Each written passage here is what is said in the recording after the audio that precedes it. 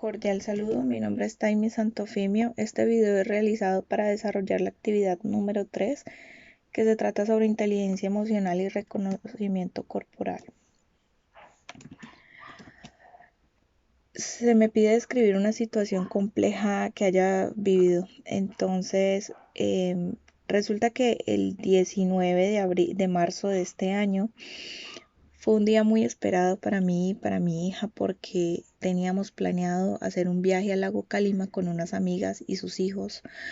Era un paseo que habíamos planeado durante casi 2 meses, muchas actividades teníamos por hacer, por compartir. Era la primera vez que salíamos y que nos reencontrábamos con mis amigas y sus hijos después de todo este tiempo de pandemia.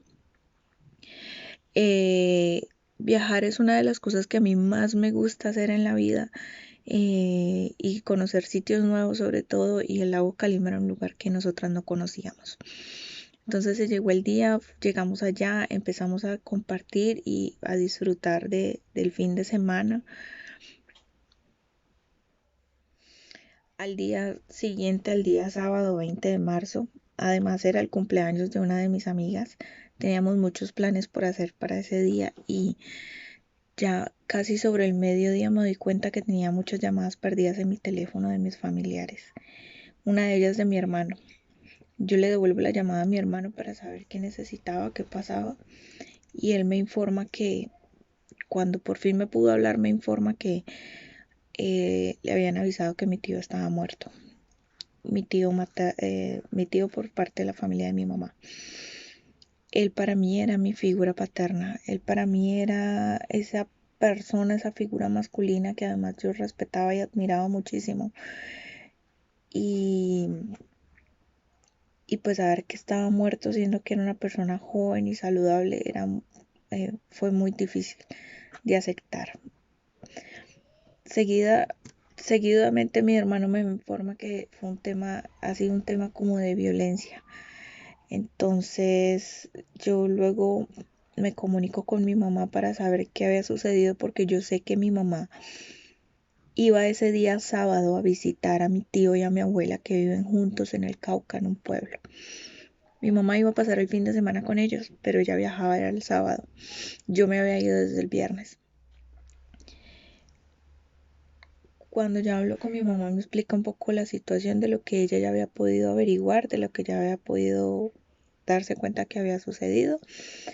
Mm, Al ser un tema pues de violencia, un tema de supuestamente de un conflicto en medio de un conflicto que había sucedido en ese lugar, pues el tema de medicina legal y ese tema iba a ser un poco demorado. Entonces el cuerpo de mi tío no lo iban a entregar ese mismo día, tenían que hacer muchas vueltas para eso y todo se iba a dar de pronto en 1 o 2 días más. Entonces al saber eso, al confirmar eso y al escuchar a mi mamá tan mal, además, al colgar yo me derrumbé completamente, no podía aceptarlo, no podía entenderlo, no podía creerlo, no, me parecía imposible lo que sucedía. Yo me puse muy mal, me puse a llorar muchísimo, no podía hablar a mis amigas, no les podía decir qué sucedía. Mis amigas y mi hija no entendían qué pasaba porque yo estaba tan mal. Yo me puse muy fría, me puse a temblar, el cuerpo completamente me temblaba, me puse muy roja, me descompensé completamente. Cuando ya pasé un buen rato de llorar y desahogarme, le comenté a mis amigas, pues nada, yo, aunque ellas estuvieron dispuestas pues a devolverse para Cali, yo quise quedarme allá y tratar como de evitar un poco la situación y enfrentar la situación y darme como un tiempo también para pensar porque no iba a hacer mucho, creía yo que no iba a hacer mucho devolviéndome para Cali. Pensaba que no iba a servir de mucho mi presencia, que iba a ser incluso más duro, porque mi tío a mí y a mi hermana nos trataba como, y a mi hermano nos trataba como a sus hijos. Éramos su adoración, eso era un tema de adoración y de amor mutuo muy fuerte. Entonces a mí me parecía muy duro el tema, no quería volver. Mm, Ese día me quedé en el lago Cali, tratamos de continuar con los planes, de almorzar, de celebrar el cumpleaños de mi amiga, que además estaba de cumpleaños también ese fin de semana, era otra de las motivaciones del viaje.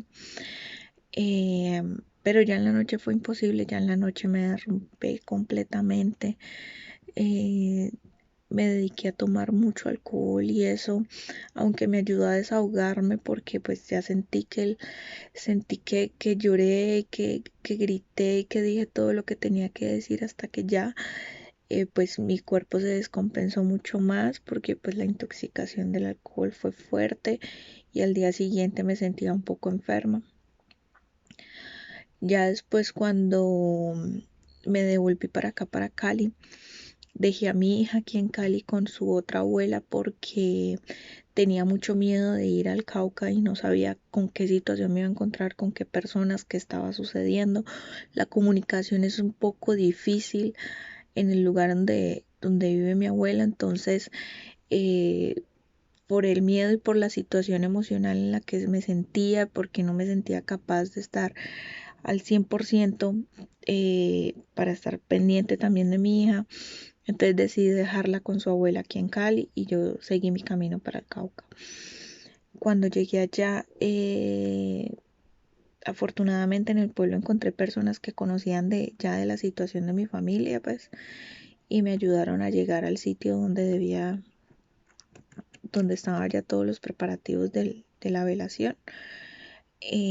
Antes de entrar al sitio y de que mi familia me viera, me tomé un tiempo para respirar, para pensar, para entender que el dolor que yo sentía, que la pérdida que yo había tenido, para mi mamá se multiplicaba en 10 porque era su hermano, para mi abuela era un tema multiplicado por 1000 porque era su hijo. Entonces entendí que yo no podía llegar allá a derrumbarme y a hacer más grande el dolor que ellas sentían, que yo debía llegar era a apoyarlas, a cuidarlas, a ayudarlas a contener, a estar pendientes de ellas. Entonces, eso fue lo que yo hice cuando ya me acerqué al sitio. De hecho, yo ni siquiera vi el cuerpo en el ataúd. No me pareció adecuado, ni no me parece bueno tener ese recuerdo de él. Prefiero recordarlo en la última vez que estuvimos compartiendo juntos.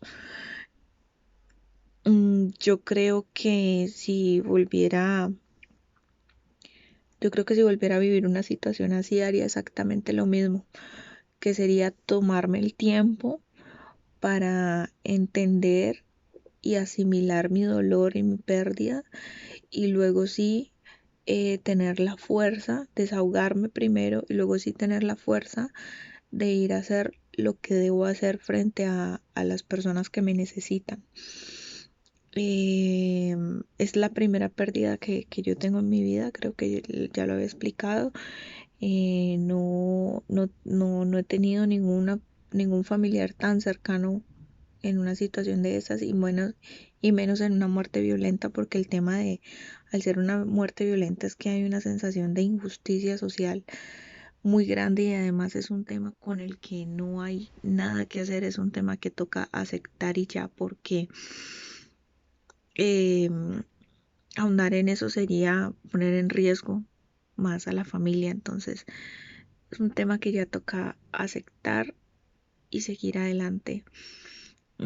Tal vez yo pienso que si hubiese sido un tema más natural como una enfermedad, como lo que sucede ahora por el COVID, o un accidente, digamos cuando alguien comete un error, por ejemplo, que se embriagó y se fue en el auto y se chocó y se mató, pues ya son errores que asumió la persona, que cometió la persona y que uno dice, listo, hay como toda una justificación y hay un tema de responsabilidades, pero en este caso no fue así, es un tema bastante doloroso y pues yo por ahora no veo en cuanto una oportunidad de mejora ante mi reacción. No, creo que no, creo que fue lo más adecuado lo que pude hacer en ese momento en la manera en que lo hice.